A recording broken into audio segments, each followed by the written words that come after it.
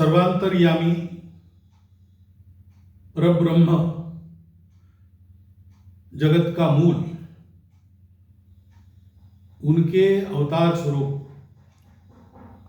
भगवान श्री रामचंद्र जी तथा उन्हीं की प्रकृति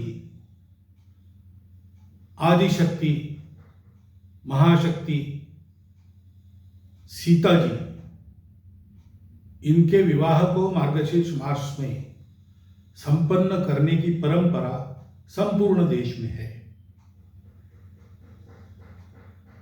दशरथ जी के घर जन्म होने के बाद श्री रामचंद्र जी बड़े हुए, विकसित हुए, ज्ञान प्राप्त किया, जिसकी परीक्षा विश्वामित्र जी के द्वारा उनको साथ अपने आश्रम में ले जाकर हुई।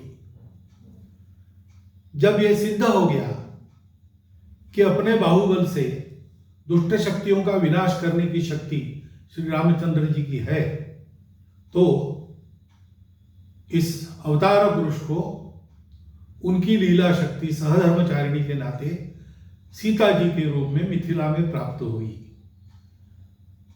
प्रकृति और पुरुष, शिव और शक्ति, इनका मिलन होने के बाद लोक मंगल कारक धर्म स्थापना और उसमें बाधा बनने वाली असुर शक्तियों का विनाश, यह लीला श्री रामचंद्र जी के अवतार कार्य में संपन्न हुई।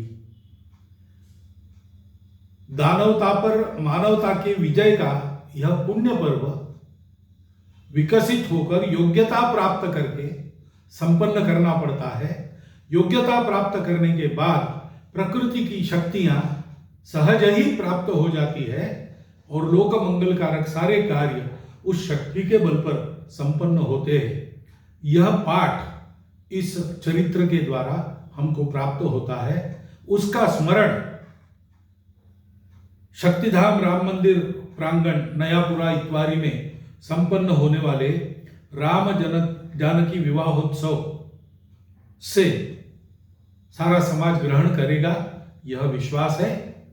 श्री रामचंद्र सीता माई के चरणों में श्रद्धावनत प्रणाम तथा सभी कार्यकर्ताओं का अभिनंदन और पर्व के लिए शुभकामना देता हुआ मैं मेरे शब्दों को विराम देता हूं।